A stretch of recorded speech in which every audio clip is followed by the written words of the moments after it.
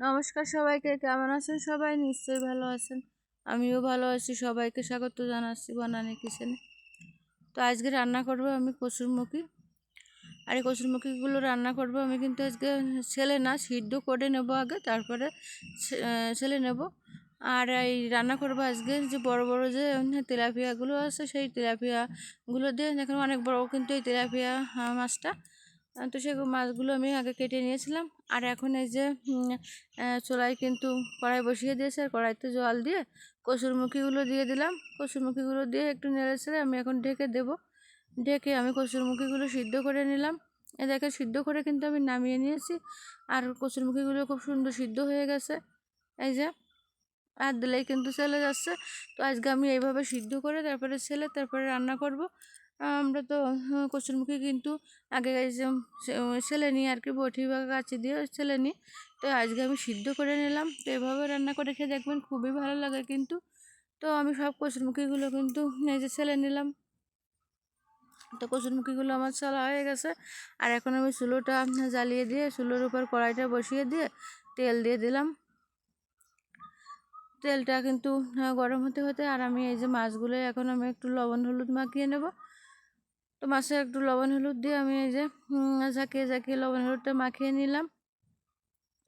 আর ভিডিওর এ পর্যন্ত এসে যারা এখনও লাইক দেননি, তাদের উদ্দেশ্যে বলছি লাইক দিয়ে ভিডিও দেখবেন।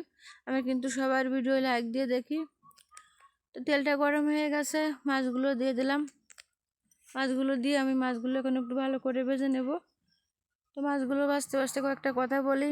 আসলে আমি কিন্তু সময়ের সময়ের জন্য আর কি অনেক আমি ভিডিও দেখি, সবার ভিডিও লাইক দিয়ে দেখি, কিন্তু কমেন্ট হয়তো বড় কমেন্ট করতে পারি না, হয়তো খুব সুন্দর কমেন্ট করতে পারি না, কিন্তু আমি যাই হোক ছোটো কমেন্ট করি আর লাইক দিয়ে পুরো ভিডিওটা দেখি। আমি সময়তে পেরে উঠি না, এই জন্য খুব বড় কমেন্ট করতে পারি না। কিন্তু তাই বলে এই না যে আমি আপনাদের ভিডিও দেখি না বা লাইক দিই না, আমি কিন্তু সবার ভিডিও লাইক দিয়ে দেখি। তো আপনারাও কিন্তু আমার ভিডিও লাইক দিয়ে দেখবেন। তো যাই হোক, কথা বলতে বলতে কিন্তু আমার মাছগুলো ভাজা হয়ে গেছে। আর মাছগুলো ভেজে আমি তুলে নিই। এখন যে তেলটা আছে বাকি, এই তেলের ভিতরে আমি কিন্তু জিরে ফোড়ন দিয়ে দিলাম। আর জিরে ফোড়ন দেওয়ার পরে আমি কিছুটা তেল আর জিরে এই যে একটা পাত্রে কিন্তু আমি তুলে নিলাম। তো নেওয়ার পরে কড়াইতে যে বাকি তেলটা আছে, আমি ওই তেলে আরও একটু তেল দিয়ে দিলাম। তেলটা দেওয়ার পরে এখন আমি ওই তেলের উপরে এবার দিয়ে দিলাম দুটো তেজপাতা। তো তেজপাতাটা দেওয়ার পরে আমি যে কচুরমুখীগুলো বেছে রেখেছিলাম, সেই কচুরমুখীগুলো দিয়ে দিলাম। তো কচুরমুখীগুলো দিয়ে কিন্তু আমি ভালো করে ভেজে নেব। কচুরমুখীটা ভালো করে ভেজে নিতে হবে। তো কচুরমুখীটা দিয়ে একটু নেড়ে ছেড়ে বেশ কিছুক্ষণ ধরে একটু ভেজে নিয়ে তারপরে আমি দিয়ে দিলাম হলুদ আর লবণ। তো হলুদ আর লবণ দিয়ে কচুরমুখীটা আমি আর একটু কিন্তু কিছুক্ষণ ভেজে নিলাম। তো এবার কিছুক্ষণ ভেজে নেওয়ার পরে দিয়ে দিলাম আমি কাঁচা ঝাল বেটে রেখেছিলাম, তো সেই ঝালটা। তো কাঁচা ঝালটা দেওয়ার পরে আরও একটু নেড়ে ছেড়ে নিয়ে এখন দিয়ে দেবো আমি পরিমাণ মতো জল।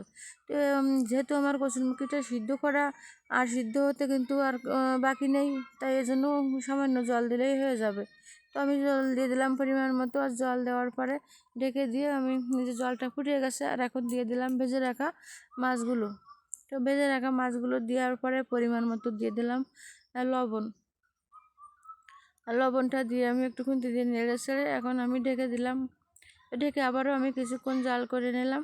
নেওয়ার পরে ঢাকনা খুলে এখন এই যে নেড়ে ছেড়ে, আর যেহেতু আমার কচুরমুখীটা সিদ্ধ করা ছিল আপনারা দেখেছেন, তো সেহেতু সিদ্ধ করা তো আর সিদ্ধ করা হতে আর কিছু বাকি নেই। তো রান্নাটা কিন্তু হয়ে গেছে। আর আমি যে তেলটা তুলে রেখেছিলাম, সেই তেলটা কিন্তু বেটে নিয়েছিলাম জিরাটা। তো সেই তেল আর জিরাটা এখন দিয়ে দিলাম। আর এবার দিয়ে দিলাম ধনের গুঁড়া। তো ধনের গুঁড়োটা দিয়ে আমি আর একটু নেড়ে ছেড়ে নিলাম। আর এখন কিন্তু আমার রান্নাটা হয়ে গেছে। তো আমি যেহেতু আবার জিরা বাটাটা দিয়েছি, ধনে গুঁড়োটা দিয়েছি, তো একটু জাল করে নিলাম। নেওয়ার পরে এখন আমি এই যে আমার রান্নাটা আমি নামিয়ে নেব। তো নামিয়ে নিলাম। এই যে আমার কচুরমুখী আর তেলাপিয়া মাছ রান্না। তো কেমন লাগলো আমার আজকের রেসিপি কমেন্টে জানাবেন। আর ভালো লাগলে লাইক কমেন্ট শেয়ার করে দেবেন। আর নতুন যারা দেখছেন আমার চ্যানেলটিকে সাবস্ক্রাইব করে আমার পাশে থাকবেন। আর পুরনো বন্ধুদেরকে ধন্যবাদ আমার পাশে থাকার জন্য। এরকম নতুন নতুন ভিডিও পেতে পাশে থাকা বেল আইকনটি বাজিয়ে দেবেন। তো ধন্যবাদ সবাইকে। দেখা হবে পরবর্তী নতুন কোনো ভিডিওতে। ভালো থাকবেন সবাই। টাটা সবাইকে।